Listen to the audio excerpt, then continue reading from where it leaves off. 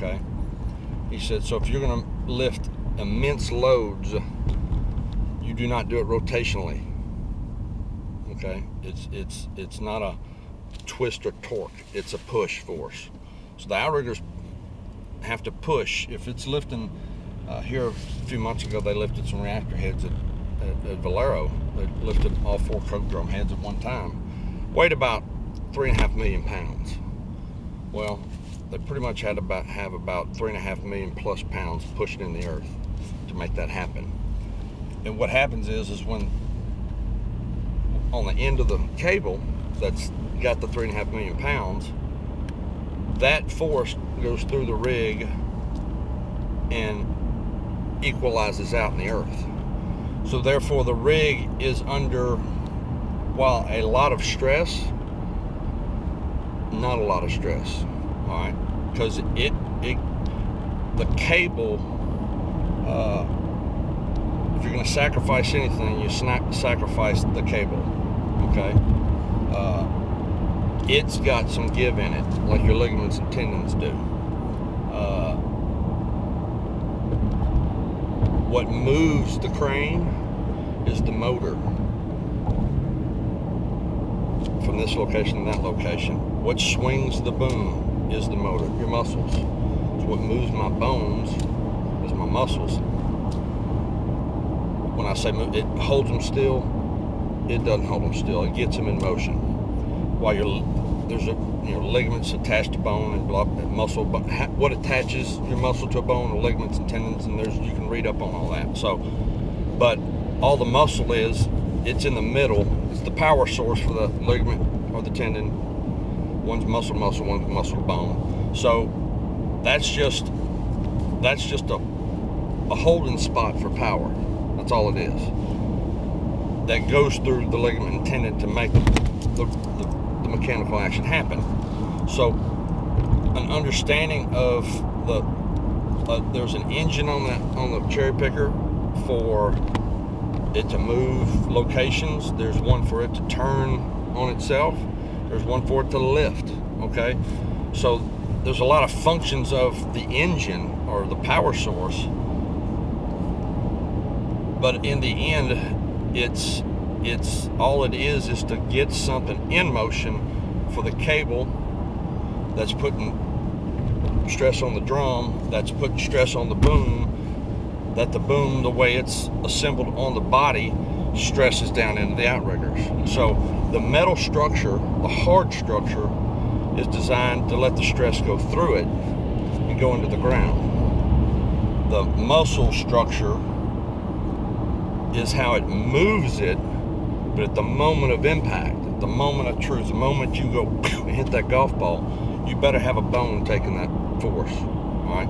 You better have a bone pressing. If I'm hitting that golf ball at 2,000 PSI, some part of my hand better be pressing on that shaft at 2,000 PSI to transfer that energy. And a chip shot versus a full drive, you still have high amounts of PSI of energy transfer.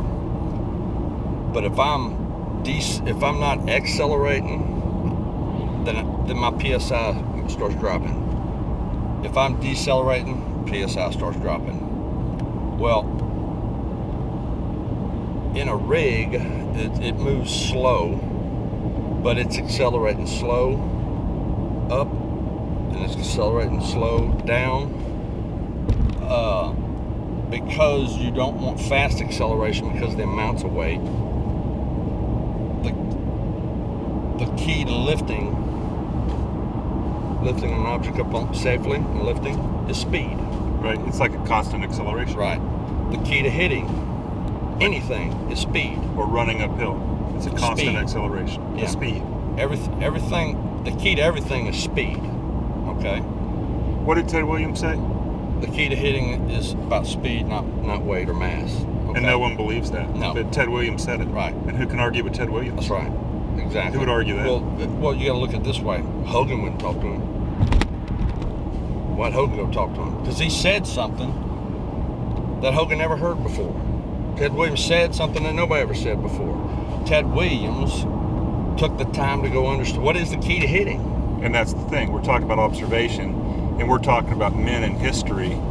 Ted Williams didn't say what's the key to swinging. The whole key. They observed things. They thought about things in ways that no one else thought about. Well, yeah. Otherwise, everybody would have hit like Ted Williams. He knew something that people didn't know. Why do we still talk about Moe and Hogan and all these guys? They were powerful men of observation. They were masters of that before they mastered golf. Yeah, baseball. That's well, they saw. They know. It's not that they went out and went, oh, I have an epiphany. Ted Williams just one day said, you know what? What's the whole point of being a batter? To hit it. Okay. What's the key to hitting it? That was his answer. He didn't say, what's the point of being a batter? To swing at it? What's the key to swinging at it? Now, you can go do that. Key to being a swinger. You go swing at it and never hit it because you trained yourself how to swing at it. There's a lot of guys that swing at it and never hit it. Ted Williams said that motion part of the motion is really irrelevant.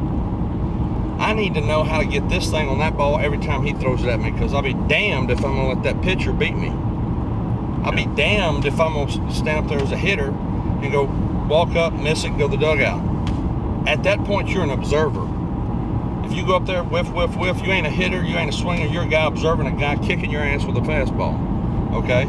So Ted Williams didn't want to lose, so fundamentally he took the simplest part of hitting, which is being a hitter, and says, I don't care where they throw it. If it's coming at me and my bat can physically reach out there and touch it, I ought to be able to. If you just hold it and the ball hits the bat, that's the ball hitting the bat. So Ted Williams was the phrase, invention is the results of necessity put into practice. Well, what Ted Williams understood is if a guy throws a ball at you 115, 120 miles an hour, if he can get his bat speed up to 170, he can't be beat. He cannot be beat because his bat will outrace the ball. So the ball can be, for instance, somebody throws a 300 mile an hour fastball at you. You don't want to sit there like that and wait on it because you're blocking your vision. But if you know that you can go instantly, it don't matter if it's a foot and a half away, you caught it. All right. And that was Ted Williams. Yes, and the faster you do this, the more strength you have in your bones and body. So when you hit it, it doesn't blow you like that. So what you have to do is you have to be a guy who pays attention to what are the tasks that I'm fixing to do.